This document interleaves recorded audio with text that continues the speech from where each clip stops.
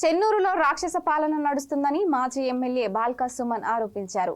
మంచిర్యాల జిల్లా చెన్నూరు మున్సిపాలిటీలో బీఆర్ఎస్ నాయకుడు మల్లేశం గౌడ్ ఇంట్లో ఎన్నికల అధికారులు పోలీసుల తనిఖీలు నిర్వహించారు. సోదాలు చేస్తున్న అధికారుల తీరుపై బాల్కా సుమన్ మండిపడ్డారు. మంత్రి వివేక్ పంపిస్తేనే వచ్చి అధికారులు సోదా చేస్తున్నారని ఆరోపించారు. మంత్రి క్యాంపు కార్యాలయంలో డబ్బులు, మందు సీసాలు ఉన్నాయి.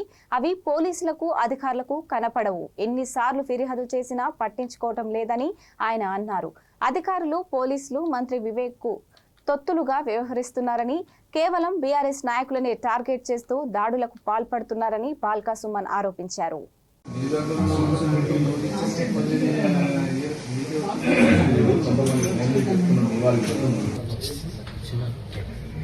మీరు మా ఇళ్ళ మీకు వచ్చినప్పుడు డెఫినెట్ మీడియా తీస్తారు కదా, మీడియా వస్తారు కదా. ఫోర్త్ స్టేట్ డెమోక్రసీలో మీడియా రావద్దంటే ఎట్లా? మంత్రి వివేక్ గారు కూడా చెక్ చేస్తున్నారు. మల్లేశమన్నా, నేను ఒక ప్రశ్న అడుగుతున్నా. మంత్రి వివేక్ గారు ఇల్లు చెక్ చేసిరా?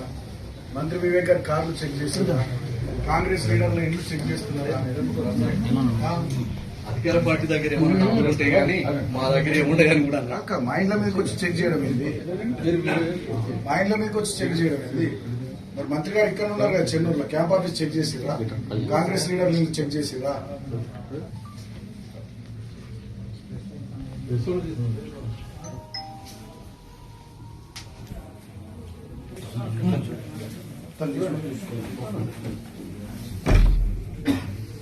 చూసుకుంటా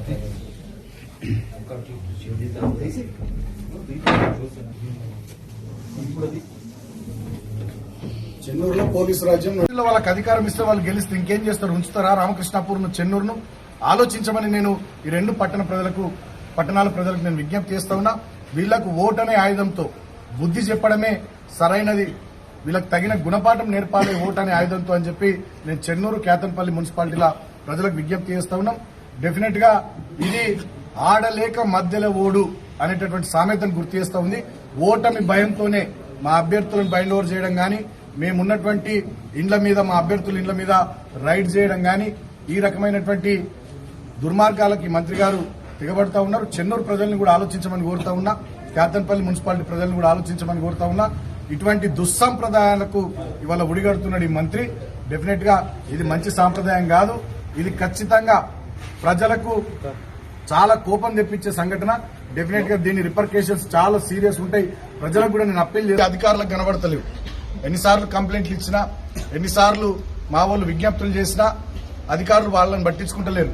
కేవలం మేము ప్రచారం ముగించుకొని మా లీగల్ సెల్ నాయకులు మల్లేశం గౌడ్ గారి ఆహ్వానం మేరకు టీ తాగడానికి ఇక్కడికి వచ్చి కొద్దిసేపు ప్రొద్దు నుంచి తిరుగుతా ఉన్నాం. రామకృష్ణాపూర్, చెన్నూరు కొద్దిసేపు ఇక్కడ రెస్ట్ తీసుకుంటుంటే వచ్చి ఇక్కడ రైడ్ చేసి ఇల్లు వెతకడం, అదేవిధంగా మొత్తం బెడ్లు వెతకడం, అన్ని వెతకడం, మొత్తం అన్ని వెతికి ఏం దొరకలేదు, ఏం లేదు. ఏదో భయభ్రాంతులకు గురి చేయాలి, ఇబ్బందులు పెట్టాలి అనేటటువంటి ఆలోచనతో నడిపించిన తతంగం. రామకృష్ణాపూర్లో కూడా చాలా మంది సిఐలను, ఎస్ఐలను బయట నుండి తెప్పించి అక్కడ కూడా పెద్ద ఎత్తున పోలీసులు దించి, ఇక్కడ పెద్ద ఎత్తున పోలీసులు దించి అధికార దుర్వినియోగానికి పాల్పడతా ఉన్నాడు మంత్రి వివేక్. ఇది ఇందిరమ్మ రాజ్యం. చెన్నూరు నియోజకవర్గ ప్రజలు, రాష్ట్ర ప్రజలను ఆలోచించమని కోరుతా ఉన్నా. ఇప్పటికీ మా అభ్యర్థులను చాలా మందిని రామకృష్ణాపూర్లో, కేతన్పల్లిలో గాని, చెన్నూరులో గాని బైండ్ ఓవర్ల పేరిట తీసుకొచ్చి గంటలు పోలీస్ స్టేషన్లలో కూర్చోబెట్టారు.